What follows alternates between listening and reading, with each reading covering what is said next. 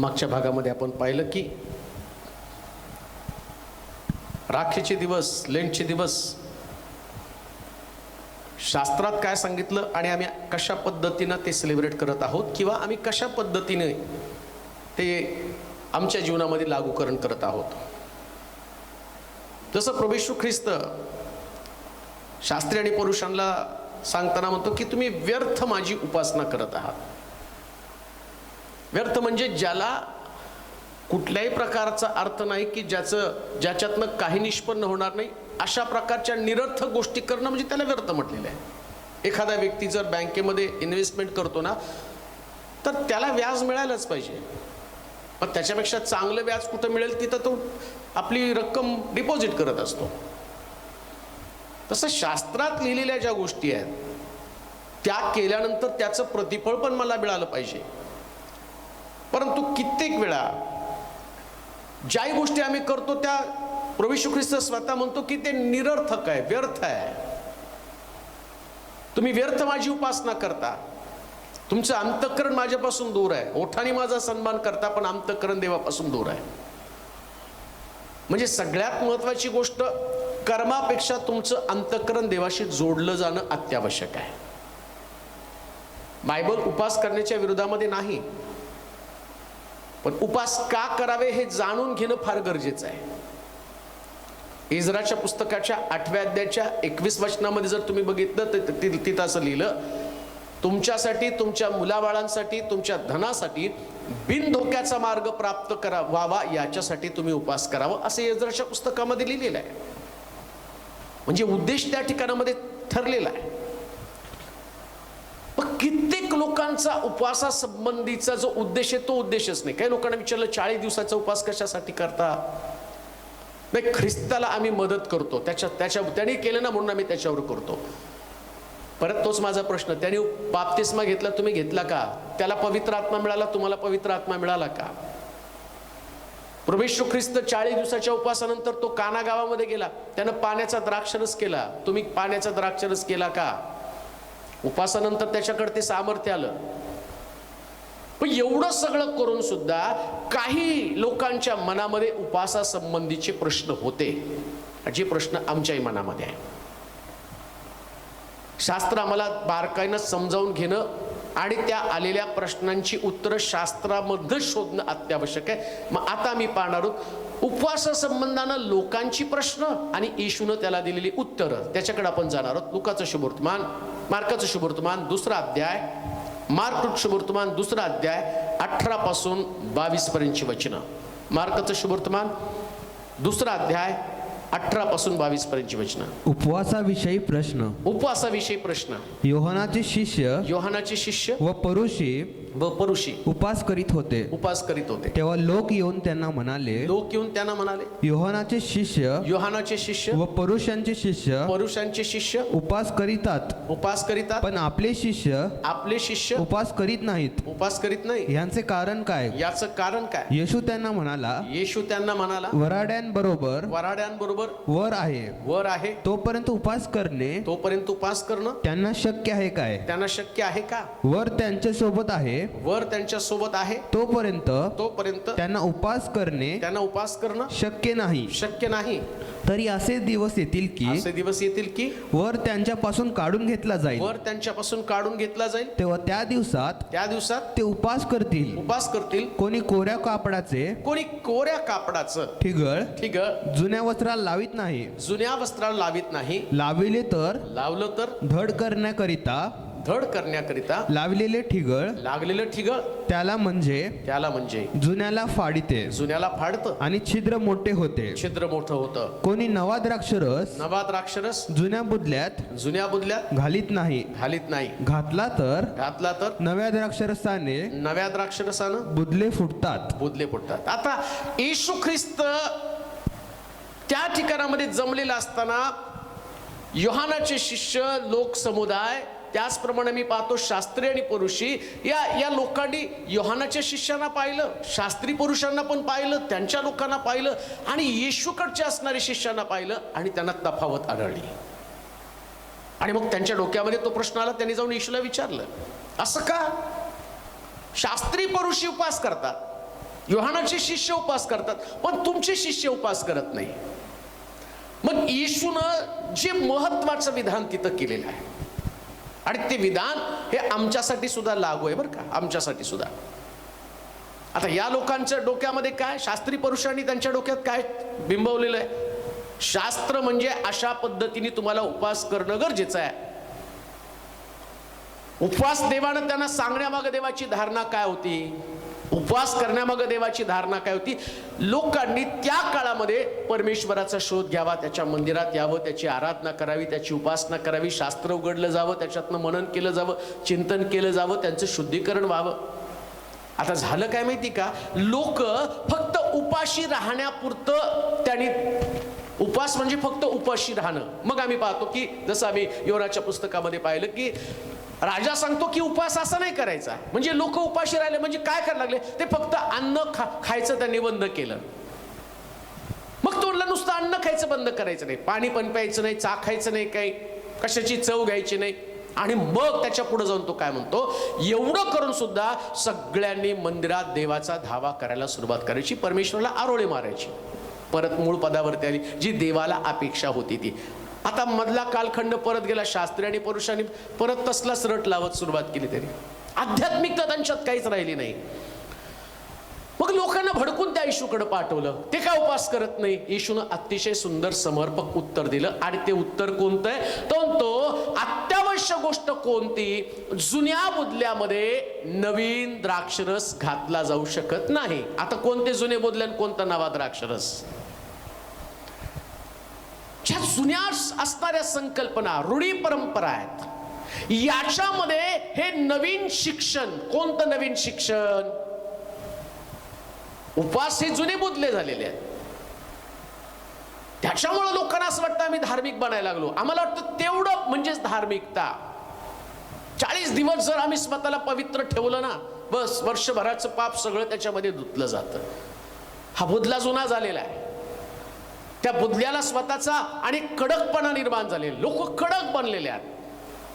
बऱ्याच वेळा आम्ही पाहतो की त्या लोकांना पुष्कळ राग येतो, पण त्यांना उपवास संपल्यावर याच्याकडे बघतो, उपवास संपल्यावर त्याचा बदला घेतो. म्हणजे तुझ्या मनात तर घाण तशीच आहे, ते काही बदललेले नाही, आणि उपवास झाल्यावर मग तुम्ही भांडण करता, उपवास झाल्यावर मग तुम्ही तो बदला घेता. मग तुम्हाला वाटतं का ह्याच्याबद्दल देव तुम्हाला क्षमा करेल? तुम्हाला वाटतं का परमेश्वर अशा पद्धतीनं तुमच्या जीवनाची बांधणी करून तुम्हाला आशीर्वादित करेल? कोणी सांगितलं तुम्हाला हे? बुदला नवीन बनला पाहिजे, बुदल्यामधला कडकपणा गेला पाहिजे. येशूनं ते सांगितलं. ज्या गोष्टी तुम्ही उपवास उपवास उपवास उपवास करताना, उपवासापेक्षा पण एक वेगळं जीवन आहे, आणि ते जीवन कोणतं, बुदला नवीन बनणं, जीवन नवीन बनणं, स्वभाव नवीन बनणं. आता बुदल्यामधला जर नवीन द्राक्षरस जुन्या बुदल्यामध्ये ओतला ना, तो बुदला कडकपणामुळे फाटून जाईल. जुनं पण गेलं पाहिजे हो. आता नवीन शिक्षणाकडे आम्ही आलं पाहिजे.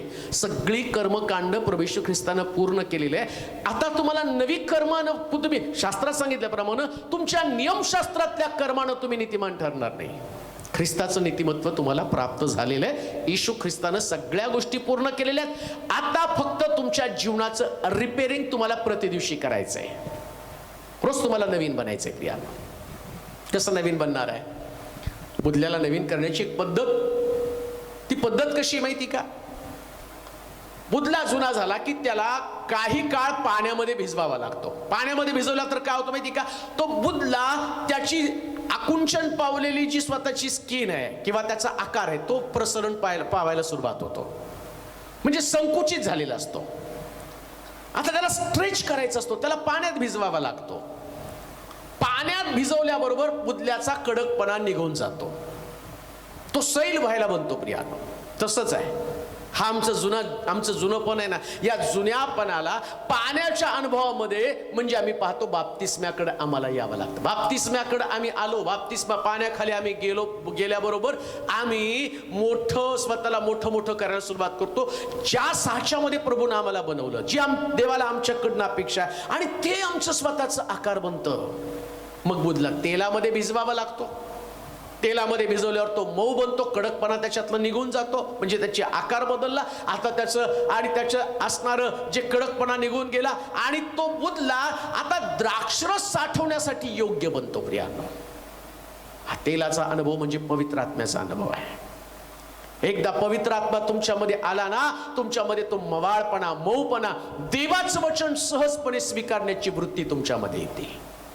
इकडे लोक उपासा संबंधानं बोलतात आणि प्रभू येशू ख्रिस्त नव्या जन्मा संबंधानं बोलतो. एकदा तुम्हाला तुमचा नवा जन्म झाला ना, एकदा तुमचं परिवर्तन झालं ना, मग परिवर्तनानंतर तुम्हाला उपवासाची गरज नाही. म्हणजे उपवास करायलाच नाही पाहिजे का? करायला पाहिजे ना. येशू काय सांगतो त्याच्याकडे लक्ष द्या. जुन्या बुदल्यामध्ये नवीन द्राक्षरस घालू शकत नाही, नाहीतर बुदला फाटून जाईल. म्हणजे त्याला म्हणायचं काय, उपवासापेक्षा तुमचं नवीकरण होऊ द्या, पश्चाताप होऊ द्या.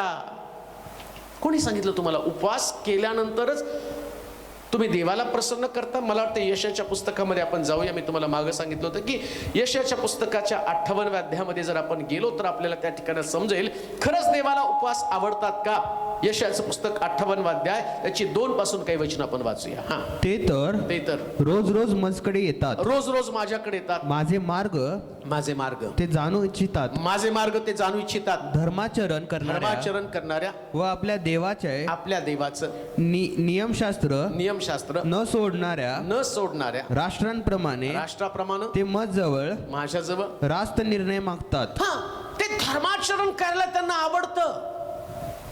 देवाच्या मार्गामध्ये चालणारी राष्ट्र, परमेश्वरावर प्रेम करणारी राष्ट्र, आणि ते देवाकडे येऊन त्याला म्हणतात तुझा निर्णय आम्हाला कळव, तुझा मार्ग आम्हाला समजावून सांग. रोज रोज ते माझ्याकडे येतात. त्या राष्ट्राविषयी परमेश्वर काय म्हणतो ते तुम्हाला समजू द्या. 40 दिवसामध्ये पण लोक रोज देवाच्या मंदिरात जातील, प्रार्थना करतील, सगळं करतील. तुम्हाला असं वाटतं ते धर्माचरण आहे. इथं लिहिलं यशाच्या पुस्तकामध्ये, जी गोष्ट यशाला देवानं प्रगट केली आणि जी प्रत्येक ख्रिस्ती व्यक्तीसाठी, येशूवरती विश्वास ठेवणाऱ्या व्यक्तीसाठी अत्यावश्यक आहे, ज्याच्यानं तो प्रत्येकाचे डोळे उघडतो, ज्याला असं वाटतं की हे उपवास म्हणजे धार्मिकता आहे, त्याच्या संबंधानं प्रभू काय म्हणतो वाचा. आम्ही उपवास करतो ते तू का पाहत नाहीस? तू ते का पाहत नाहीस? आम्ही आपल्या जीवास पीडा देतो ती तू का लक्षात आणत नाहीस? आता इकडं तो काय म्हणतो, तुम्ही धर्माचरण करता आणि धर्माचरणाची पद्धत तुम्ही त्या कडक बुदल्यासारखी स्वतःमध्ये आत्मसात करून ठेवलेली आहे आणि तुमचा बुदला जुना झालेला आहे. तुमचं धर्माचरण जुनं झालेलं आहे. नवीन धर्माचरणामध्ये प्रभू येशू ख्रिस्त येऊन त्यानं देवाचं प्रेम मानवाला समजावून सांगितलं आणि इकडं तो शिष्यांना घडवतो. आता येशूचे शिष्य हे नव्या करातले शिष्य आहेत. प्रभू येशू ख्रिस्त येण्याच्या अगोदर योहानाचे शिष्य हे जुन्या करातले शिष्य आहेत. शास्त्री आणि पुरुषांचे शिष्य जुन्या करातले शिष्य आहेत. हे परंपरागत रूढीनं चालत आलेले शिष्य. मग येशूनं आल्यावर शिष्यांना रिपेअर केलं, त्यांना महत्व समजावून सांगितलं. इम्पॉर्टंट काय, महत्वाची गोष्ट काय. मग महत्वाची गोष्ट कोणती? बुदला नवीन होणं, जुन्या कापडाला ठिगळ न लावणं. जुनी कापड, जीर्ण झालेली कापड आहेत, त्यालाच कुठंतरी एखादं उपासाचं ठिगळाचं कापड लावायचं. 40 दिवसाचं ठिगळाचं कापड लावलं, त्याच्यामध्ये काही चेंजेस नाही, त्याच्यात काही बदल नाही. वर्षानुवर्ष तीच साडी, दरवर्षी 2018ला तीच, 19ला तीच, 20ला तीच, दरवर्षी एक पॅचेस लावलेल्या ठिगळाच्या साड्या झालेल्या आहेत. आणि त्याच्यामध्ये आम्ही पाहतो, तो म्हणतो नाही, आता हे फाटायचं कापड फाटण्याचं असं नवीन व्हायला पाहिजे. मग नवीन होत असताना जुन्या गोष्टी काय तो त्याची आठवण करून देते. यशाला सांगत, या लोकांना सांग, तुम्ही उपवास करता आणि तो म्हणतो तू आमचा उपवास का पाहत नाही. काय लिहिलं तुम्ही? आम्ही उपवास करतो ते तू का पाहत नाहीस? म्हणजे आता एवढे सगळे लोक उपवास करायला लागलेत आणि येशू त्यांच्याकडे पाहत नाही, देव त्यांच्याकडे पाहत नाही. म्हणून म्हटलं व्यर्थ माझी उपासना करता. का उपासना व्यर्थ ठरली? या उपवासाकडे देव पाहतच नाही. आणि देव का पाहत नाही? योएलच्या पुस्तकामध्ये आम्ही वाचलं, पहिल्या अध्यायाच्या 14व्या वचनामध्ये म्हटलं उपवासाचा पवित्र दिवस असावा. त्यानंतर आम्ही पाहिलं योनाच्या पुस्तकामध्ये लक्ष खाण्यापिण्याकडे नसलं पाहिजे, लक्ष खाण्यापिण्याकडे लागलेलं आहे. उपवासाच्या दिवशी लोकांनी मंदिरात यायला पाहिजे. लोक मंदिराच्या ऐवजी घरोघरी जात आहेत. वडील लोकांनी मंदिरात यायला पाहिजे, वडील लोक घरोघरी प्रार्थनेला जात आहे. म्हणजे सगळं उलट पालट चाललेलं आहे. मग देव कसं पाहिल, देव कसं ऐकल, त्या उपासाला कसं मान्य करेल? आणि मग लोकांची कुरकुर काय, आम्ही उपवास करतो ते तू का पाहत नाही? अरे तुम्ही उपवास करता, पण मी सांगतो तसे करण्याच्या ऐवजी तुम्ही तुमचा फॉर्म्युला ठरवलेला आहे. तुम्हाला वाटतं तसं तुम्ही उपवास करताना, मग मी कसं तुमच्या उपासाला उत्तर देईल? पुढे वाच. आम्ही उपवास करीतो ते तू का पाहत नाहीस? तू का पाहत नाहीस? आम्ही आपल्या जीवास पीडा देतो ती तू का लक्षात आणत नाहीस? आता उपवास करणं म्हणजे जीवाला पीडा देणं आहे. मुळात त्यानं तुम्हाला सांगितलंच नाही ना काय हेतू तुमच्या उपासाचा.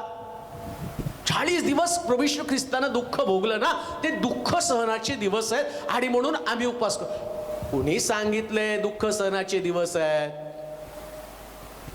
40 दिवसानंतर तो काना गावात गेला, मी तुम्हाला वाचून दाखवलं. मध्यस्थ मी नाही गेला तो. एवढं वाचून पण तुम्ही म्हणता नाही पुढच्या वर्षी तुम्ही तेच करणार आहे.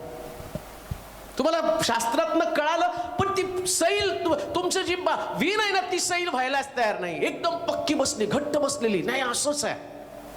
त्यांना काय कळतं, यांना काय कळतं? बायबल उघडून दाखवलं तरी अहो, येशू ख्रिस्त प्रत्येक वचन घेऊन सैतानाला हरवत होता. तोंड्याच्या भाकरी करून खा म्हटला त्यानं. मनुष्य केवळ भाकरी नव्हे तर देवाच्या मुखातनं निघणाऱ्या प्रत्येक वचनानं जगेल. येशू ख्रिस्तानं वचनाच्या द्वारे त्यांना पळवून लावलं. तसं उपवासामध्ये सुद्धा देवाचं वचन काय सांगतं ते तुम्ही जाणून घेणं गरजेचं आहे. तो नुसतं उपवास म्हणजे जीवाला पीडा देणं नाही, उपाशी राहणं. किती एक दिवस झाला केला तर पुष्कळ झाला ना. आणि शुक्रवारी कशाला पाहिजे? काय बायबलमध्ये सांगितलं सगळे दिवस चांगले आहेत. शनिवारी केलं तर तुम्हाला कोणी शासन करणार आहे? दंड. पुढं वाचा, त्याच्या खाली तुम्हाला कळेल. पहा, आपल्या उपवासाच्या दिवशी तुम्ही आपले कामकाज. आता उपवास करता, कोणत्या दिवशी उपवास करता?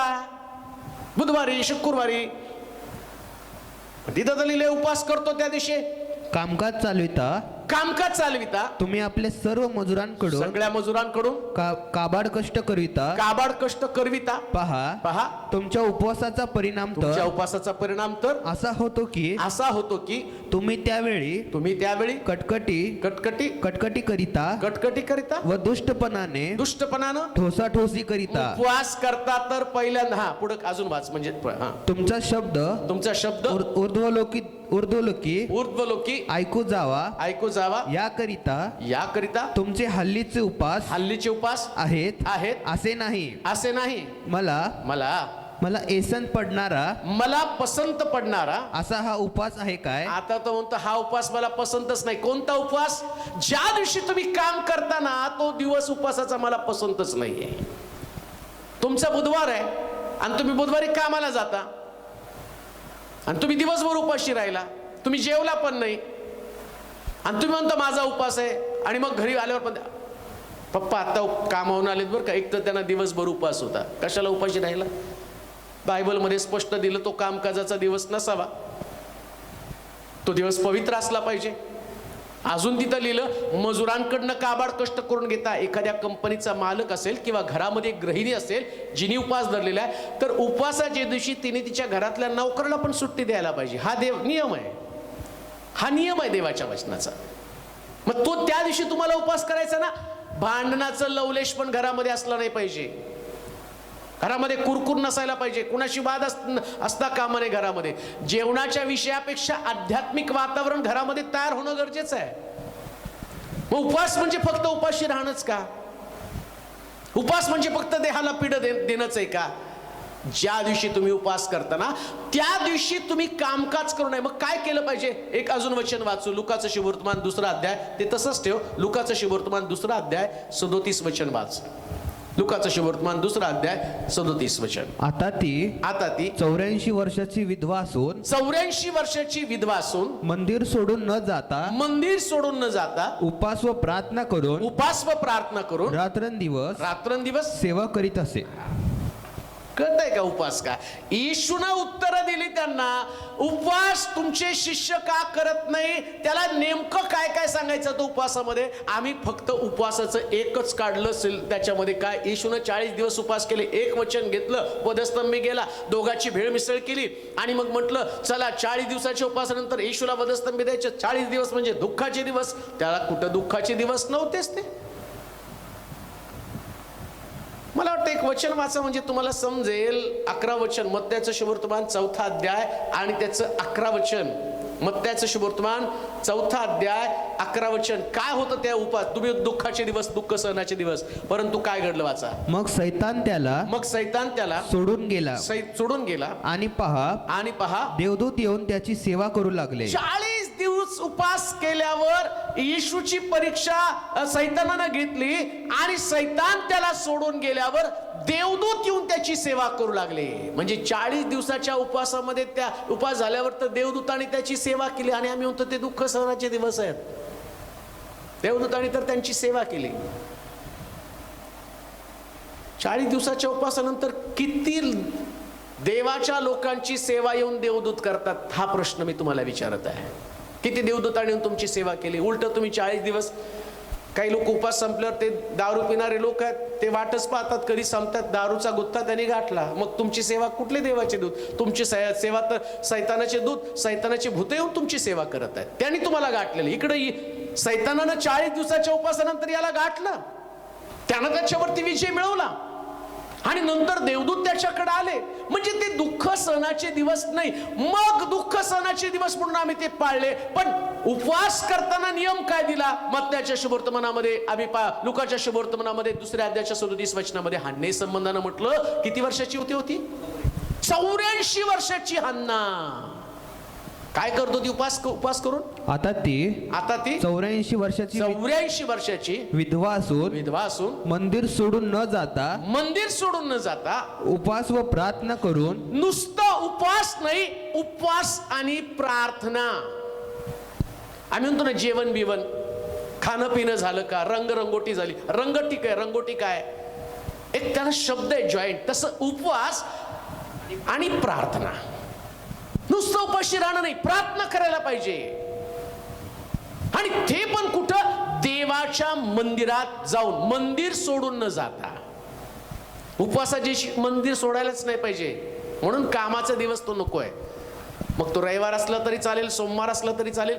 ज्या दिवशी तुम्हाला सुट्टी आहे ना, त्या दिवशी देवाच्या मंदिरात जाऊन प्रार्थना करणं, उपवास करणं म्हणजे प्रार्थना. उपवासाला प्रार्थनेची जोड असलीच पाहिजे. उपवासाशिवाय, प्रार्थनेशिवाय उपवास होऊ शकत नाही. नाहीतर मग ते उपोषण होईल. जसे आंदोलक उपोषण करतात ना, मागण्या मान्य होईपर्यंत, तसं अनेक लोक त्यांचं उपोषण चालू आहे, प्रार्थना नाही चालू. उपाशी फक्त काय, मला मुलगा दे, माझ्या मुलीचं लग्न होऊ दे, मला नोकरी दे, याच्यासाठी त्यांचे उपवास आहेत. आणि मग परमेश्वर काय म्हणतो माहितीये का? तुम्ही तुमच्या देहाला पीडा देता, नोकरांकडनं काबाड कष्ट करून घेता, पण उपवासाच्या दिवशी तर तुम्हाला कामकाज करता कामा नये. तुमच्या घरातल्या असणाऱ्या नोकरांकडनं तुम्हाला कामकाज करून घेता येणार नाही. तसला उपवास मला पसंत पडत नाही. मग काय देवाला अपेक्षा आहे? कशासाठी? बायबल सांगतं उपवास करणं. परत वाचते वचन, लुकाचं शुभवर्तमान 2रा अध्याय 37 वचन. आता ती 84 वर्षाची विधवा असून मंदिर सोडून न जाता उपवास व प्रार्थना करून रात्रंदिवस सेवा करीत असे. उपवास कोणी करायचा? जो रात्रंदिवस परमेश्वराची सेवा करतो त्याने उपवास करायचा. दुसऱ्या भाषेमध्ये उपवास आणि प्रार्थना करता तो परमेश्वराची सेवा करणं हा तुमचा उद्देश असला पाहिजे. तुमच्या नवऱ्याने दारू सोडावी, सुनेला लेकरू व्हावं, मुलाची दारू सुटावी, त्याचं लग्न जमावं, मुलीचं लग्न जमावं, त्याच्यासाठी तुमचे उपवास असतील तर त्या उपवासाला कोणी म्हटलं शास्त्रातले उपवास आहे ते? तो आपल्या प्रियजनात जे काही लागेल ते झोपेत पुरवत असं लिहिलेलं आहे. मग तुम्ही तर वेगळाच सिद्धांत निर्माण केला. कोणता सिद्धांत? देव उपवास केल्याशिवाय आम्हाला काही देत नाही. अहो ते जुन्या करात होतं. आता नव्या करात तर म्हटलं ज्यानं पुत्र दिला तो बाकीच्या गोष्टी तुम्हाला देणार नाही का? तो बाकीच्या गोष्टी तुम्हाला मागण्याच्या अगोदर तुम्हाला देऊन टाकणार आहे. मग कशासाठी उपवास पाहिजे, कशासाठी आम्ही करत आहोत, शास्त्रात काय लिहिलं, आम्ही कशा पद्धतीने करत आहोत, मग आमचं चुकीचं का बायबल मधलं चुकीचं? मग तुम्ही बायबलपेक्षा मोठे म्हणायला पाहिजे का? तुम्हाला तुमची तत्व आहे, तुम्हाला तुमचे सिद्धांत आहे, तुम्हाला तुमचा पाळक आहे, तुम्हाला तुमच्या चर्चचे डॉक्ट्रिन्स आहेत. लक्षात घ्या, डॉक्ट्रिन्स सिद्धांत हे फक्त पवित्र शास्त्रातले, ते कुठल्या चर्चचे नसतात. आणि चर्च जर त्या पद्धतीने डॉक्ट्रिन चालवते तर त्या चर्चला पण स्वतःला तपासावं लागणार आहे की मी कशा पद्धतीने माझ्या मंडळीला घडवत आहे, मी माझे सिद्धांत कसे तिथं मांडत आहे. मग उपवास करत असताना मंदिर सोडून न जाता ती प्रार्थना करत होती. 84 वर्षाची हन्ना, 84 तिचं वय होतं प्रियानो. आता यशाच्या ग्रंथामध्ये पुन्हा 58 अध्यायामध्ये जाऊया. हा, ते तर हा. रोज रोज मजकडे येतात. हा. माझे मार्ग ते जाणू इच्छितात. इच्छितात. हा, धर्माचरण करणाऱ्या हा. व आपल्या देवाचे नियमशास्त्र आपल्या देवाचे नियमशास्त्र न सोडणाऱ्या राष्ट्राप्रमाणे ते मज जवळ रास्त निर्णय मागतात. माझ्याजवळ रास्त निर्णय मागतात. देवाची समीपता ते इच्छितात. आम्ही उपास करतो ते तू का पाहत नाहीस? आम्ही आपल्या जीवास पीडा देतो ती तू का लक्षात आणत नाही? पहा, आपल्या उपवासाच्या दिवशी तुम्ही आपले कामकाज चालविता. तुम्ही आपल्या सर्व मजुरांकडून सगळ्या मजुरांकडनं काबाड कष्ट करिता. पहा, तुमच्या उपवासाचा परिणाम तर असा होतो की तुम्ही त्यावेळी कटकटी करिता व दुष्टपणानं ठोसाठोसी करिता तुमचा शब्द ऊर्ध्वलोकी ऐकू जावा याकरिता तुमचे हल्लीचे उपास आहेत असे नाही. मला पसंत पडणारा उपवास असा हा उपवास आहे काय? देवानेच प्रश्न केला. तुम्हाला वाटतं का हा उपवास मला पसंत पडेल? तुम्हाला वाटतं काय 40 दिवसाची उपवास मला पसंत पडेल? तुम्हाला वाटतं का तुम्ही बुधवार शुक्रवार धरला तर हा उपवास मला पसंत पडेल? अहो, ठरवा तर नेमकं 40 दिवस का बुधवार शुक्रवार? मग एक बुधवार शुक्रवार धरतो, ज्याला होत नाही तो बुधवार शुक्रवार, ज्याला होतो तर 40 दिवस. काहीतरी गडबड वाटते इथं. 40 दिवस ज्याने केले त्याला पण तेवढंच प्रतिफळ, बुधवार शुक्रवार केलं त्याला पण तेवढंच प्रतिफळ, जो करत नाही त्याचं पण काही नाही. मग मरतो कोण? जो करतो 40 दिवस तोच मरतो. त्याने करून पण त्याला प्रतिफळ नाही का? कारण देव नियम तपासायला सुरुवात करतो ना. आता तुम्ही उपवासाचा नियम काढला, देव त्याचे नियम तुमच्या समोर ठेवतो. माझे नियम असे आहेत, तर नाही मला दरवर्षीप्रमाणे मला ते उपवास केल्याशिवाय जमत नाही बघा. आणि मग काय लोक सांगतात, 20 वर्ष करतो बरं का मी उपवास, 20 वर्ष दारूला हात नाही आपली, 40 दिवसात चुकून नाही. बाई पण सांगते, माझा नवरा वर्षभर एवढा पिल, 40 दिवस आला की बिचारा अजिबात दारूला हात लावत नाही. नरकात पडणार आहे उपवास करून सुद्धा. का तर तुझ्या जीवनाचं शुद्धीकरण नाही, तुझ्या अंतःकरणाचं शुद्धीकरण नाही, तुझं अंतःकरण नीट नाही, तुझं परिवर्तन नाही, तुझा बुधला नवीन झाला नाही, तुझं कापड फाटकं चिंधी त्याला तू उपवासाचं ठिगळ त्या ठिकाणात लावलेलं आहे. तुझ्या मनाचं नवीकरण व्हायला पाहिजे. या उपवासाचं प्रतिफळ तुम्हाला मिळू शकत नाही. त्याच्या पुढच्या भागामध्ये त्याच्या पुढे मला पसंत पडणारा असा हा उपवास आहे काय? मग कसला उपवास पसंत पडतो? मनुष्याच्या जीवास पीडा व्हावी असा हा तुमचा उपवासाचा दिवस आहे काय? लव्हाळ्यासारखं आपलं डोकं लवविने आणि आपल्या अंगाखाली गोंताट व राग पसरणे ह्याला उपवास म्हणतो काय? आता बघा, मी तुम्हाला आधी सांगितलं उपवास लेनचे दिवस कसे असतात, गोंताट नेसायचं, अंगाखाली राग टाकायची आणि मग अशा प्रकारचे उपवास होते. पण नंतर देवाला त्या गोष्टीचा कंटाळा आला. त्या बघितलं नुसतं अंगाला राग फासतेत, गोंताट नेसतेत आणि लोळत बसतेत, पण यांचं मन काही बदललेलं नाहीये. त्यांनी एक प्रकारचं स्वतःचं धार्मिक जीवनच तयार करून ठेवलेलं आहे.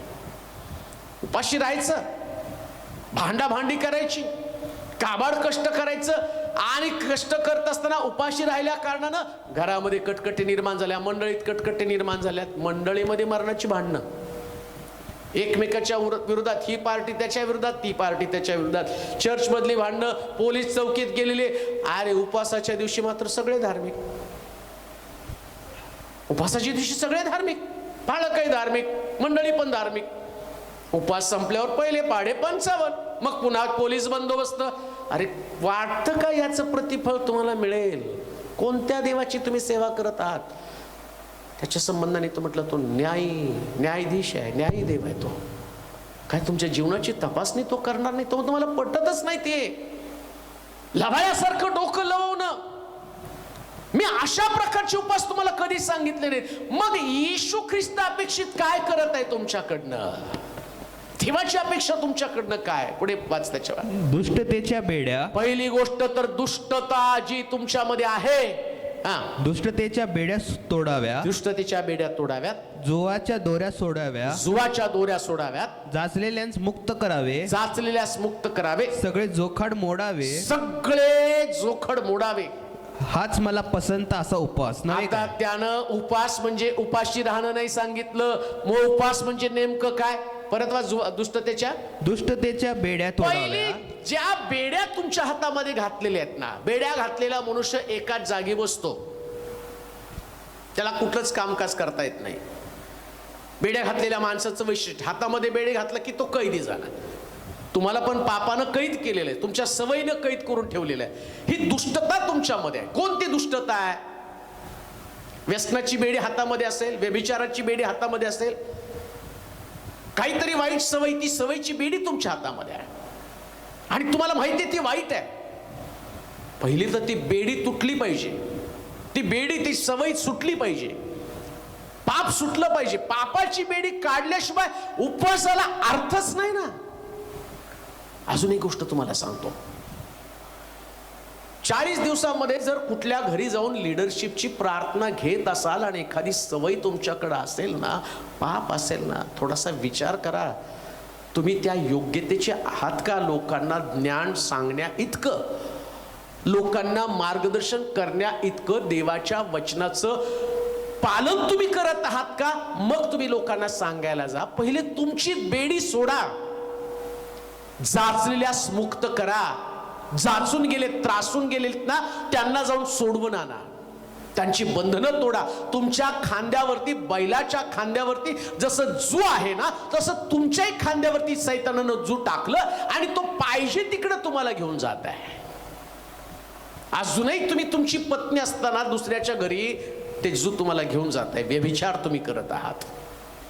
अजूनही देवाच्या मंदिरामध्ये तुम्ही उपासनेचं काम करत असताना पापाकडं तुम्हाला ते जू घेऊन जात आहे. तुम्ही हेही करता आणि तेही करता. त्याचा परिणाम मात्र देवाला हे पसंत नाही. आणि मग तो परमेश्वर काय म्हणतो पुढे? मला पसंत पडणारा उपास कोणता? दुष्टतेच्या बेड्या तोडाव्या, जुवाच्या दोऱ्या सोडाव्या, जाचलेल्यास मुक्त करावे, जाचलेल्यास मुक्त करावे, सगळे जोखाड मोडावे, सगळे जोखड मोडावे. हाच मला पसंत असा उपास नव्हे काय? उपास नव्हे काय? पुढे. तू आपले अन्न भुकेल्यास वाटावे. आता उपास धरशील त्या जेवण बनव. उपास दिवशी धरशील त्या दिवशी स्वयंपाक बनवायचं नाही असं नाहीये. करायचंच ना उपास तुम्हाला. आता मग देवाच्या वचनात सांगितल्याप्रमाणे उपास करा. कसा उपास करायचा? जसं आम्ही पाहिलं, उपास करायचा तर देवाचं मंदिर सोडायला नाही पाहिजे, मंदिरात गेलं पाहिजे, प्रार्थना करायला पाहिजे, सेवा करायला पाहिजे. आता अजून काय म्हटलं? उपास करतो तर आपलं अन्न भुकेल्या व्यक्तीला दे. ज्या दिवशी तुम्ही उपास धरला त्या दिवशी रस्त्यावरच्या भिकाऱ्याला पकडून आणून त्याला तुम्हाला जेवण द्यायला पाहिजे. हा देवाचा नियम आहे उपासा संबंधानं. पुढे. तू लाचारास व निराश्रितास आपल्या घरी न्यावं. उघडा दृष्टीस पडल्यास. आता उपवास करायचा ना, म्हणून म्हणलं उपास करणं म्हणजे नुसतं उपाशी राहणं नाही. एखाद्याला आधार नाही तर त्याला आधार दे.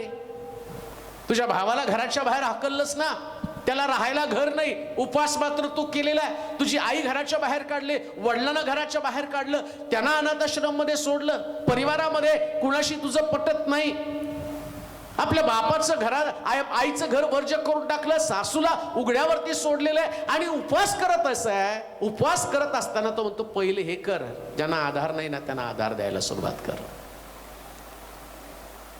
तो मला पसंत पडणारा उपास आहे. तुझा उपाशी राहणं हे फक्त तुझ्यासाठीच आहे आणि त्याचं प्रतिफळ लोक तुला देतील. आमच्या घरी उपास आहे, प्रार्थनेला या, लोक म्हणतील यांचा उपास आहे, संपलं तेवढं. शाळा सुटली, पाठी फुटली, तेवढ्या पुरतीच तुझी धार्मिकता. देव तुझ्या धार्मिककडे डुंकून सुद्धा बघत नाही, डुंकून पण बघत नाही. चुकून सुद्धा तुझा उपास तो मान्य करत नाहीये, चुकून पण नाही. प्रियानो, काढा या सगळ्या तुमच्या डोक्यातल्या भ्रामक कल्पना ज्याच्यानं तुम्ही धार्मिक असं वाटतं ना. देव तुमचं वर्तनच पाहतो. तो म्हणतो पहिल्यांदा निरश्रित आहे त्यांना तो आपल्या घरामध्ये घेऊन ये. जे तू घराबाहेर काढलेत ना, ज्यांचा आश्रय तू तोडलेला आहे, कुणाची जर प्रॉपर्टी बळकावली असेल ना, पहिले ते दे. कोणाचं काही घेतलं असेल तर देऊन टाक, जसं जग काय म्हणतो. कोणाचं कुबांडानं घेतलं असेल चौपट परत करतो, अर्ध वगैरे बाला वाटून टाकतो. पुढे तू लाचारास व निराश्रितांस आपल्या घरी न्यावे, घरी न्यावं. उघडा दृष्टीस पडल्यास त्यास वस्त्र द्यावे. तो आपल्या बांधवाला तोंड लपू नये. हाच तो उपास नव्हे काय? उपवास हाय. तोंड नाही लपवायचं कुणाला, बरं का. पटत नाही, याच्याशी पटत नाही, त्याच्याशी. आमचं चर्चमध्ये 75% लोकांवर पटत नाही आणि उपवास मात्र जोरात आहे. 40 दिवस. पाळकाशी पण पटत नाही. लोकांचं तर जाऊ द्या खड्ड्यामध्ये, त्या पाळकावरतीच आमचं ऑब्जेक्शन आहे. तो देवाचा सेवकच नाही आणि उपवास आहे. भेटणारच नाही मी याला त्याला. शास्त्रातलेला उपवास करतो तर पहिले तोंड तर दाखव एकमेकाला, भेट तर ना. उपवास करणं एवढं सोपं जर असतं ना तर त्या उपवासाला फार मजा आली असती. परंतु तसले उपवास देवाला मान्य नाही. तर मग तो याला उपवास म्हणायचा कोणता उपवास आहे? कशाला देवानं काय नियम दिलेले आहेत उपवासाचे? ते उपवासाच्या नियमाप्रमाणेच उपवास करावा लागणार आहे. समेट सगळ्याशी घडला पाहिजे हो. त्यांचा चेहरा आवडत नाही म्हणून मी चर्च पण बदललं. त्यांचं तोंड नको बघायला, आपण दुसरीकडे चर्चला जाऊ. कुठं चर्च बदल. आता स्वर्गात पोहोचल्यावर तिथं तोंड दिसलं तर नरकात पडतात काय जाऊन तिथं अजून?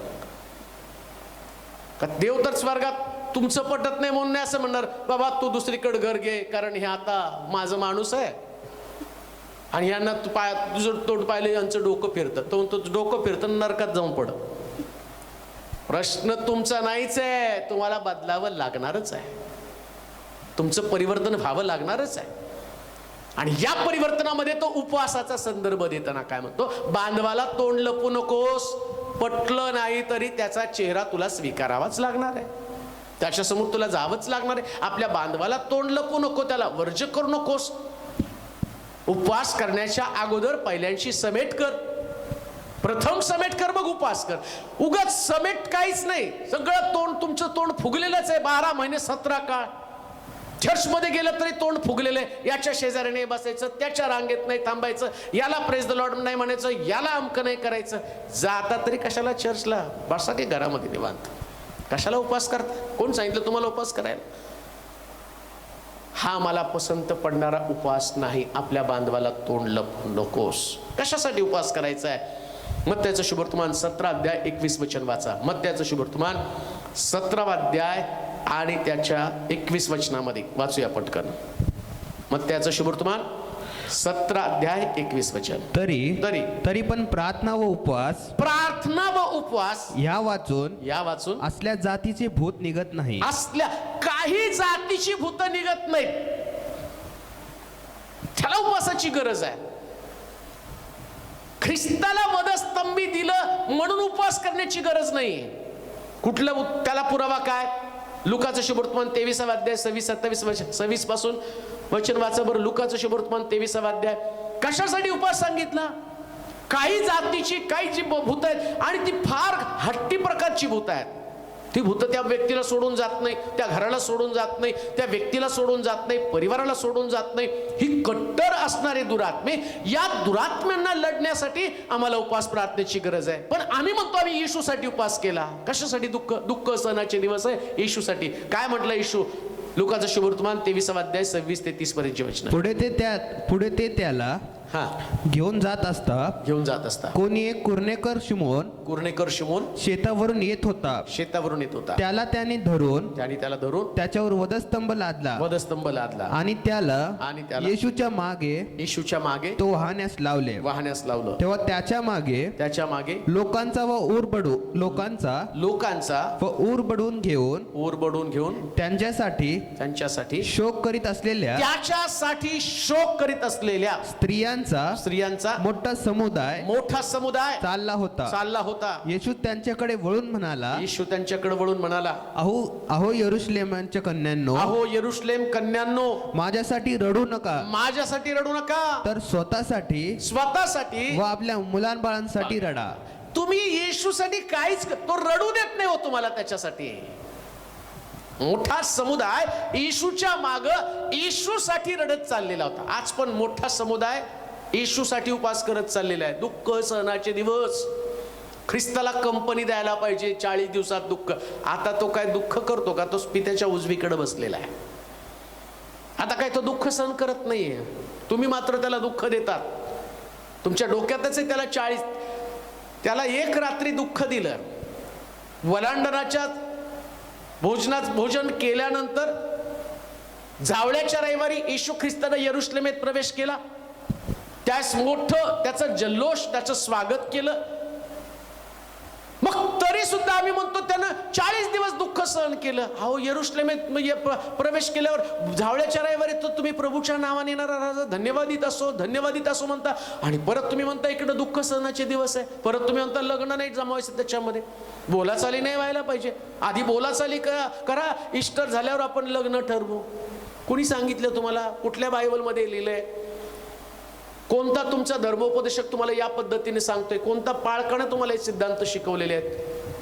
तुमच्या मनच्याच गोष्टी तुम्ही काढता का ज्या शास्त्रामध्ये शिकवलेल्या नाहीत, आणि तुम्ही तुमचंच बायबल तयार करता का? तुम्हाला कोणी हा अधिकार दिलेला आहे? माझ्यासाठी रडू नका, आपल्यासाठी व आपल्या मुला. येशूसाठी तुम्ही काहीच करू शकत नाही. त्यानं तुमच्यासाठी केलेलं आहे. आम्हाला पापातनं सुटका द्यावी यासाठी स्वतःचा देह त्यानं वधस्तंभी दिलेला आहे. आता तुम्हाला रडायचंय, उपवास करायचा, स्वतःसाठी, स्वतःच्या लेकरांसाठी उपवास केलं पाहिजे. त्यांनी पापातनं बाहेर यावं. म्हणून म्हटलं हे असल्या जातीचं भूत, पुन्हा मी त्याच्याकडे खास जातीच्या विरोधामध्ये लढण्याची ताकद निर्माण व्हावी. कुठलं व्यसन लवकर सुटत नाही मुलाचं.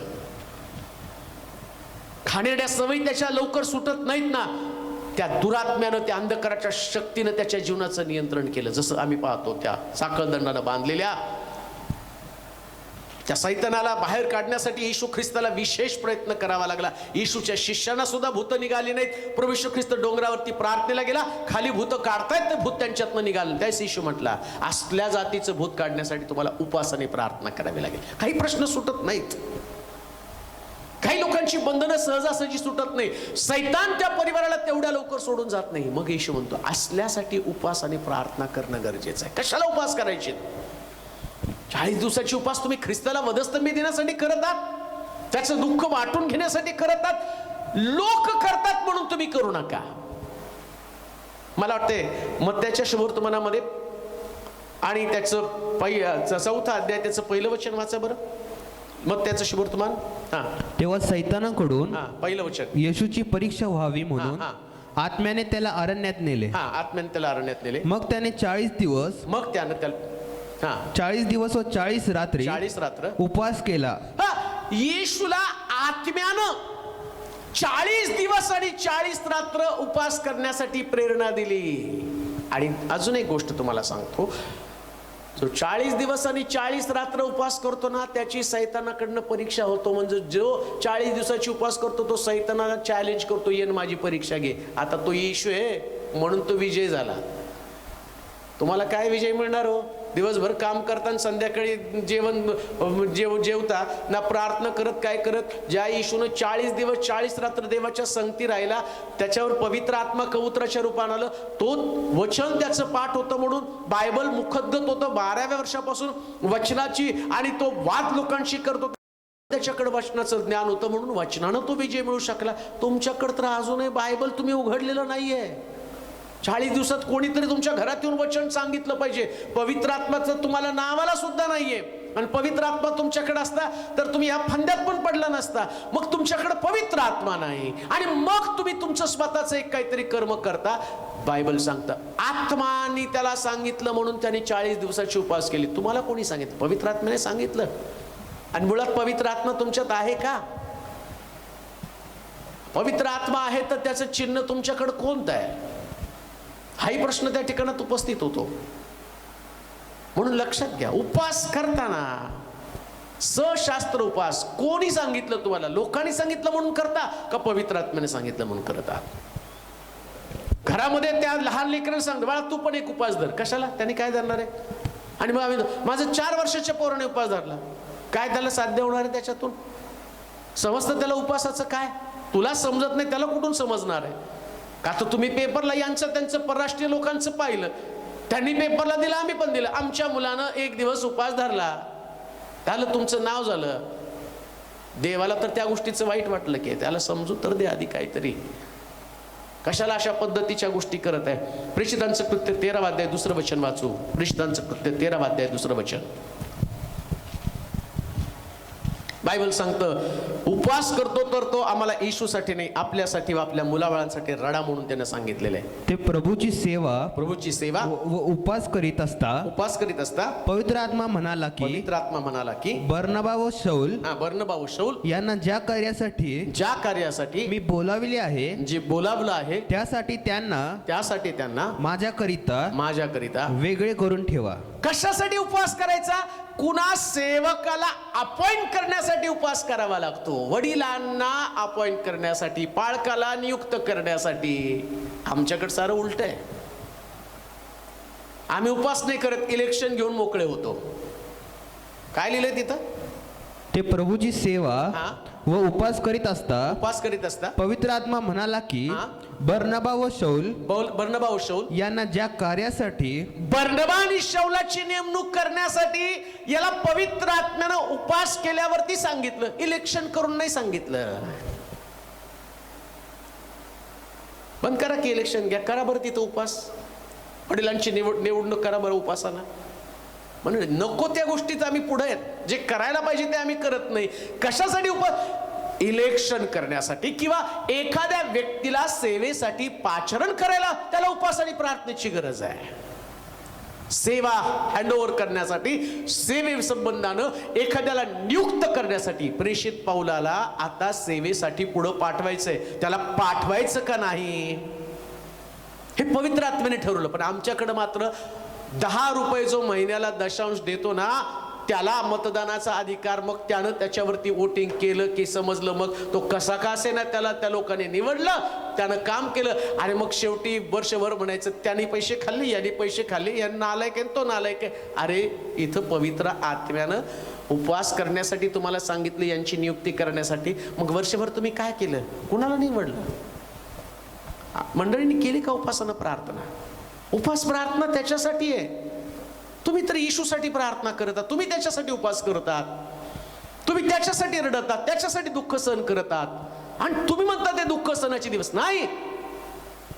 बायबल सांगतं या वलांडनाच्या सणाचं स्तोत्र काय होतं? परमेश्वरानं नेमलेला दिवस हाच, यात आपण उल्हास व आनंद करू. हे दुःख सणाचे दिवस नाहीयेत. काढून टाका ते डोक्यामधलं फॅड तुमच्या. दुःख सणाचे दिवस आहे, दुःख सणाचे दिवस आहे. आता टाळ्या वाजवायच्या नाही, गाणे गायचे नाही, आमकं करायचं नाही, मटण खायचं नाही, दाढी वाढवायची, केस बंद करावं. काहीतरी मनाने काढू नका सगळ्या संकल्पना, आणि तुम्हीच ठरवू नका मटण खायचं नाही, आमकं खायचं नाही, तमकं खायचं नाही. कशाला तुम्ही तुमच्या मनानं ठरवतात? जे देवाच्या वचनामध्ये ठरवलं. काय ठरवलं? उपवास आणि प्रार्थना करून लोकांची निवड करा. देवाच्या कामासाठी जे पवित्र आत्म्यानं भरलेले लोक आहेत त्यांची निवड होण्यासाठी तुम्हाला उपवास आणि प्रार्थना करणं गरजेचं आहे. ज्या दिवशी अशा प्रकारचं वातावरण चर्चेसमध्ये निर्माण होईल ना, त्या चर्चेसमध्ये वाद नसणारे, पवित्र आत्म्याचा अग्नी असणार आहे, पवित्र आत्म्याचं सामर्थ्य असणार आहे. इथं मंडळी बाकीच्या गोष्टीसाठी भांडत बसणार नाही, ते आत्मे जिंकण्यासाठी बाहेर जातील. एवढंच नव्हे, अशी उपवास आणि प्रार्थना करणारी मंडळी सैतानाची ताकद नष्ट करेल. घरोघरी जाऊन एकेका व्यक्तीला सैतानाच्या बंधनातून सोडवतील. आणि मला तुम्हाला सांगू द्या की प्रभू येशू ख्रिस्त आगमनापूर्वी सैतानाचं राज्य उलथून टाकण्यासाठी मंडळी उपवास आणि प्रार्थना करेल. त्यास देवाचं या सामर्थ्याची ओतणी प्रत्येक व्यक्तीवरती, प्रत्येक सेवकावरती, प्रत्येक काम करणाऱ्या देवाच्या लोकांमध्ये आणि वाजवणारे, गाणारे, सुवार्थिक, संदेष्टे, शिक्षक हे पवित्र आत्मेने भरून मोठं संजीवनी. जसं प्रेषित लोकांनी आम्ही पाहतो त्यांनी उपवास आणि प्रार्थना केली. पौल आणि बर्नबासाठी त्यांनी उपवास आणि प्रार्थना केली. पवित्र आत्म्याने त्यांनी सांगितलं